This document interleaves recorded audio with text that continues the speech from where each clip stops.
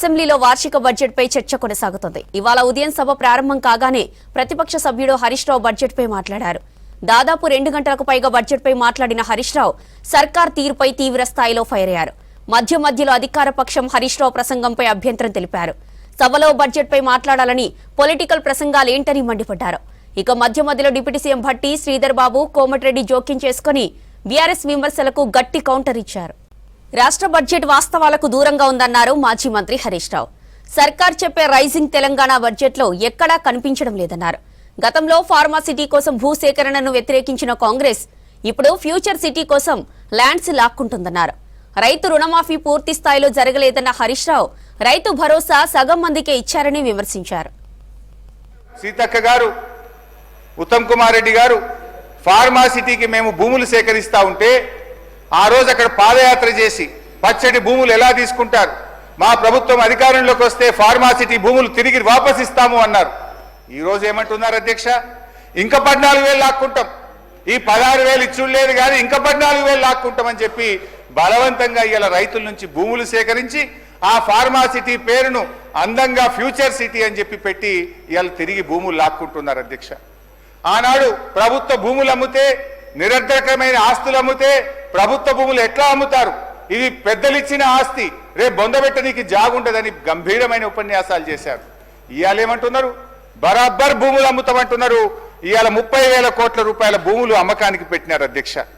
అంటే అప్పుడేమో they promised reforms, now they reform there promises. ఈ రకంగా ఉంది అధ్యక్ష.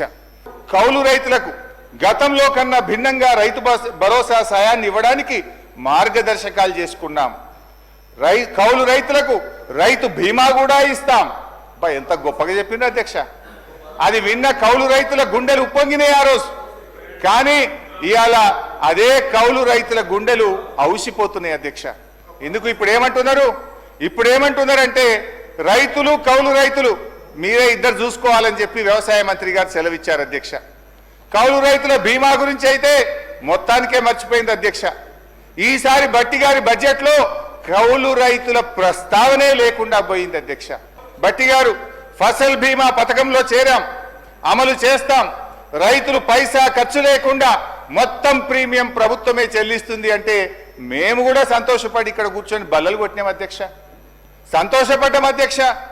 బడ్జెట్లో 1,300 కోట్ల రూపాయలు పెట్టామని చెప్పారు. మరి ఏమైంది?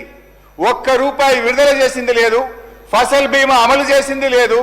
రైతులు వడగళ్ళ వాన వల్లనో అకాల వర్షాల వల్ల నష్టపోయిన రైతులకు కన్నీళ్లే మిగిల్చింది తప్ప 1 రూపాయి కూడా ఈ ప్రభుత్వం బీమా కింద చెల్లించలేదు అని చెప్పి నేను మనవి చేస్తా ఉన్నా.